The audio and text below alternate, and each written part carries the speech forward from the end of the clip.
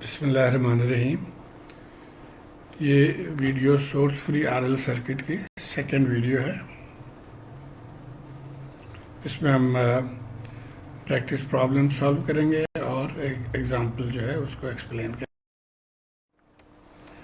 तो आइए ज़रा हम कॉन्सेप्ट को दोहरा लेते हैं। हमने पिछले वीडियो में ये डिस्कस किया था कि अगर आरएल सर्किट है और उसको हम एक सोर्स से सप्लाई दे रहे हैं। यहाँ पे हमने करंट सोर्स लिया है, तो इसके दोनों ब्रांचेस में जो करंट है, एक आई एल है एल में या इंडक्टर में, और आई आर रजिस्टर में, और इसके वोल्टेजेस हैं वी एल और वी आर, और इनके साइन देखिए कि ऊपर पॉजिटिव है और नीचे नेगेटिव है।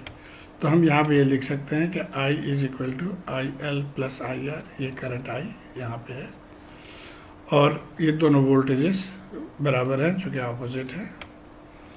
अब जब हम इस सोर्स को यहाँ से हम ख़त्म कर देते हैं तो ये सोर्स फ्री सर्किट बन जाता है ये।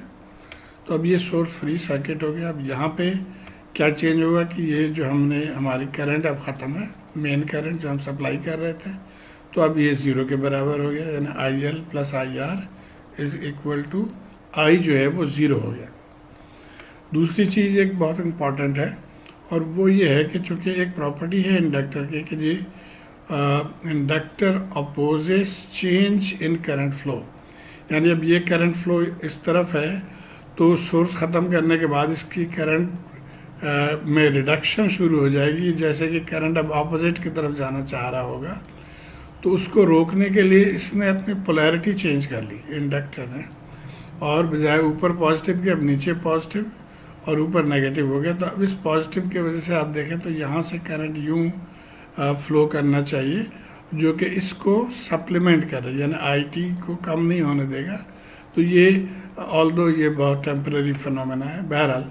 तो अब इसकी वजह से वोल्टेज इक्वेशन भी यहाँ पे चेंज हो गया कि अब हम अगर यहाँ से बाई KVL चलते हैं तो यहाँ से आ गया प्लस VL और इधर आएंगे तो plus VR equal to zero.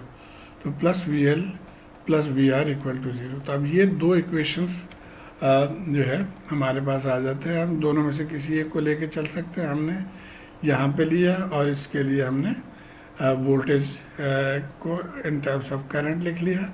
तो VL जो है वो LdI/dt है और VR R into I equal to zero. अब ये फर्स्ट ऑर्डर डिफरेंशियल इक्वेशन है। तो यहाँ से हम करंट लिख सकते हैं I T is equal to I zero. I zero वो है कि at time t is equal to zero जो भी करंट है इंडक्टर में से उसको हम आई ज़ीरो कहते हैं, और e raise to the power minus R T over L. तो ये फार्मूला है जो कि आप चाहें तो बुक में इसकी डेरिवेशन दी है, आप उसको पढ़ लीजिए। और यहाँ पे हम बाज़ दफ़ा एल ओवर आर को हम टॉ के फॉर्म में लिखते हैं ताकि ये आसान रहे लिखना। टॉ को जो है वो टाइम कांस्टेंट कहा जाता है।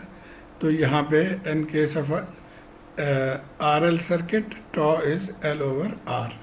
तो अब यहाँ पे अगर हम पुट कर दें एल ओवर आर की जगह पे टॉ, तो ये हमारा फाइनल इक्वेशन आ जाता है कि I T I zero e raise to the power minus T over tau. तो ये करंट है through inductor at any time t। तो अब ये इसके डायग्राम है, करंट डायग्राम, वो है एक्सपोनेंशियल है, डिक्रीजिंग। तो अब यहाँ से आप ये नतीजा निकाल सकते हैं कि हमें कोई भी करंट आईटी करंट मालूम करने के दो चीज़ें चाहिए। एक हमें I at time t is equal to zero जिसको हम कैपिटल I ज़ीरो कह रहे हैं, और टॉ जो टाइम कांस्टेंट है ये मालूम करना चाहिए। अब आइए हम जो एक्चुअल सवाल है उसको सॉल्व करते हैं। तो ये एग्जांपल 7.5 है। इस सर्किट में कुछ तीन चीज़ें हमने मालूम करनी है। आई ज़ीरो ये करंट है इसमें से 6 ओम में से, V0 3 ओम के अक्रॉस जो वोल्टेज है वो है, और आई हमेशा करंट थ्रू इंडक्टर जिसका आगे और कुछ ABC या 1 2 3 ना हो, तो इसका मतलब है कि हम हमेशा इसको करंट थ्रू इंडक्टर समझते हैं। अच्छा, अब assuming that this switch is open for a long time, तो अब ये स्विच काफ़ी देर से ये ओपन है। t is equal to zero के बाद इसको हम बंद करेंगे, t is equal to zero पे बंद करेंगे। तो अभी जब ये ओपन है तो इसका मतलब यहाँ से कोई कनेक्शन नहीं है, ये ओपन हो गया।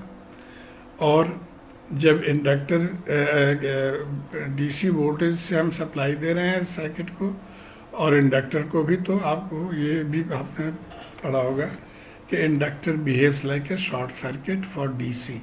तो अब ये चूँकि काफ़ी देर से ये डीसी मौजूद है तो ये शॉर्ट सर्किट बिहेव कर रहा है। अब शॉर्ट सर्किट बिहेव करने की वजह से एक और फिनोमेना हो रहा है कि अब इस रजिस्टर में से, ये जो रजिस्टर है 6 ओम, जो कि यहाँ पे भी हल्का सा हमने शो किया, इसमें से कोई करंट फ्लो नहीं करेगी, क्योंकि चूँकि ये शॉर्ट रास्ता है, शॉर्ट सर्किट है, तो तमाम करंट यहाँ से इसी रास्ते से फ्लो करेगी।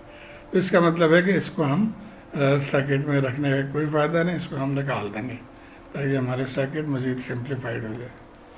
तो अब ये हमारे पास ये सर्किट हमारा बन गया।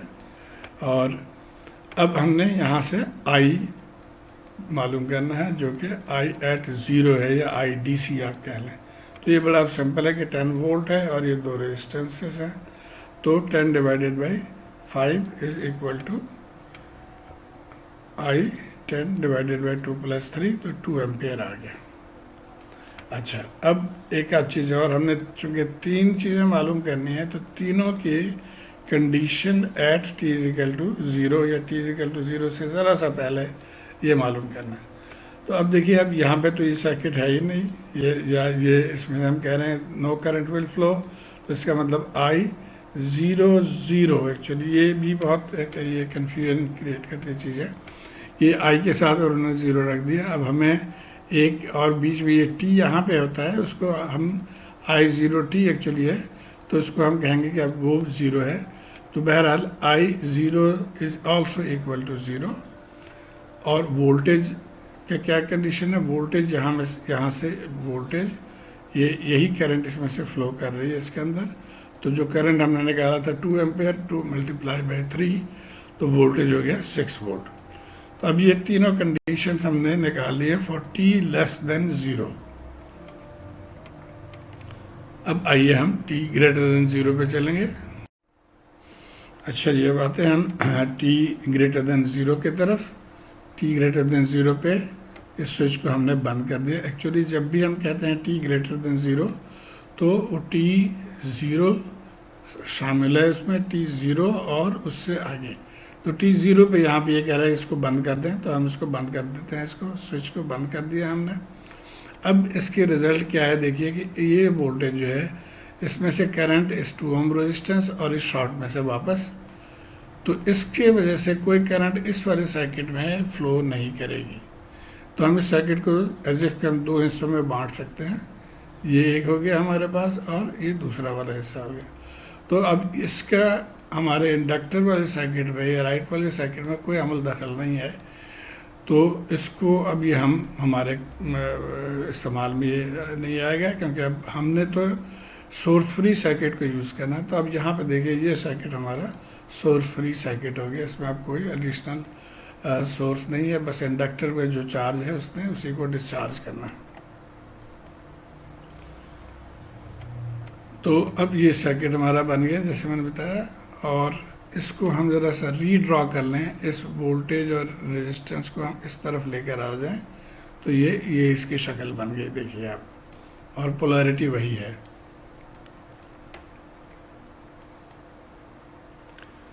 अब जैसे हमने पिछले वीडियो में भी बताया कि हम जब R इक्विवेलेंट एक्चुअली हमने मालूम करना है, तो R इक्विवेलेंट मालूम करने के लिए हमें जो भी इंडक्टर या कैपेसिटर जो है, वहाँ से हम देखते हैं सर्किट को। अब यहाँ से अगर इस सर्किट को आप देखें तो ये दोनों रेजिस्टेंसेस पैरेलल में हैं, तो इसलिए R इक्विवेलेंट जो है इन दोनों का पैरेलल है। तो R इक्विवेलेंट हमने निकाल लिया, 3 × 6 = 2 ohms। अब हम टॉ मालूम करेंगे। टॉ का हमें पता है L/R इक्विवेलेंट। L यहाँ पे आप देखें 2 हेनरी है, तो 2 हेनरी डिवाइडेड बाई 2 ohms, तो 1 सेकेंड आ गया ये हमारा टॉ। और अब हम सीधे फॉर्मूले में डालेंगे। I0 हमने निकाला था पिछली स्लाइड में 2 एम्पेयर, e⁻⁻t, टॉ हो गया 1, तो ये 1 आ गया यहाँ पे। तो ये IT for T greater than 0 आ गया। अब दो चीज़ें और मालूम करनी है, I0 और V0। तो याद रहे कि हमने ये तीन चीज़ें मालूम करनी हैं for T greater than 0 also. तो ये तो हमने मालूम कर लिया था पिछली स्लाइड में कि आई टी जो है वो 2e⁻⁻t एम्पेयर है, उसको हमने यहाँ पे लिख लिया। अब बाकी दोनों आइटम्स मालूम करने हैं, हम इस डायग्राम से हेल्प लेंगे। यहाँ पे देखिए, अगर हम आउटर लूप से KVL लिखते हैं तो ये होगा प्लस V0 और plus VL equal to 0, plus V0 plus VL equal to 0, therefore V0 is equal to minus VL। तो V0 मालूम करने के लिए हम इस फार्मूले को यूज़ करेंगे। तो V0 is equal to minus VL, और VL जो है हमें पता है कि इंडक्टर के क्रॉस वोल्टेज जो है वो LdI/dt लिखते हैं। तो माइनस LdI/dt -2 हो गया, L2 है, और ये जो करंट है इसको हम डिफ्रेंशिएट कर लेंगे तो ये -2e⁻⁻t आ गया। तो ये टोटल रिजल्ट हमारे पास आ गया 4e⁻⁻tV, ये V0 आ गया। अब हमने I0 मालूम करना है। तो I0 अब यहाँ से अगर देखें, ये I0 इसमें से वोल्टेज VL यहाँ पे है, तो यहाँ पे भी वोल्टेज VL है, उस वोल्ट को हम यूज़ करेंगे तो VL डिवाइडेड बाई 6 हो जाएगा। सो I0 is VL divided by 6, और यहाँ से हम इस फार्मूले से हम ये VL मालूम कर सकते हैं। माइनस VL ये इसके बराबर था, तो यहाँ से VL हो जाएगा -4e⁻⁻t के। तो ये वैल्यू हम यहाँ पे अगर पुट कर देते हैं तो ये हमारा रिजल्ट आ जाएगा -2/3e⁻⁻t एम्पेयर्स। तो अब ये तीनों आ गए हमारे पास फॉर t ग्रेटर देन 0। अब हम इसको समराइज कर लेते हैं। ये तीनों t लेस देन 0 पे है वैल्यूज़, और ये t ग्रेटर देन 0 पे तीनों वैल्यूज़ हैं। तो अब इनको हम इकट्ठा करके लिख लेंगे। तो ये हमारा टोटल रिजल्ट आ गया, यानी IT ये आफ्टर है और ये पहले है, तो हमने 2 एम्पेयर लिख लिया फॉर t लेस देन 0, और 2e⁻⁻ta for t greater than equal to 0। तो इसी तरह से ये तीनों हम एक जगह इकट्ठा करके ले लेंगे। आइए हम इसी तरह प्रैक्टिस प्रॉब्लम को भी सॉल्व करते। अच्छा सॉरी, यहाँ पे इसके अगर प्लॉट करने को बाज़ दफ़ा टीचर कहते हैं तो उसको आपने गौर से देखना है। ये देखिए, ये करंट इक्वेशन है IT। अब यहाँ से अगर गौर से आप देखें तो t लेस देन 0 तक ये 2 है, तो t लेस देन 0 तक 2 है, और t ग्रेटर देन 0 पे अब ये 2 से डिक्रीज़ होते हुए आ रहा है नीचे की तरफ। तो इसको हम ये कहेंगे कि ये कंटिन्यूस है, द प्लॉट इज़ कंटिन्यूस, इसमें कोई ब्रेक नहीं है। लेकिन अब बाकी चीज़ों को अगर आप देखते हैं, जैसे I0t को अगर आप देखते हैं तो ये पहले 0 था, 0, उसके बाद t ग्रेटर देन 0 पे अचानक ये -2/3 आ गया, तो ये जंप करके -2/3 पे आ गया। तो ये एब्रप्ट है, जंपिंग है, कंटिन्यूस नहीं है। तो ये जस्ट फॉर योर नॉलेज।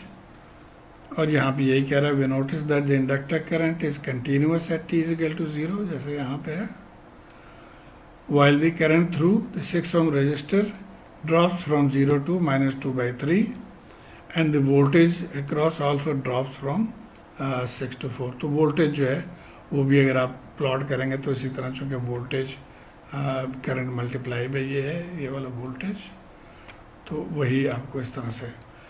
तो ये प्लॉट इसका हो गया। अब आते हैं ओके, प्रैक्टिस प्रॉब्लम 7.5 को देखते हैं। इसमें भी ये तीनों चीज़ें मालूम करने हैं, I0 V0। I current inductor में से है, ये I0 है और ये V0 है।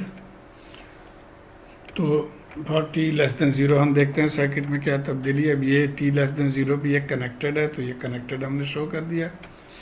और जैसे पिछले सवाल में भी कहा था कि इंडक्टर अगर फॉर लॉन्ग टाइम कनेक्टेड रहे DC के साथ तो it will behave like a short circuit, तो इसको हमने शॉर्ट सर्किट शो कर दिया।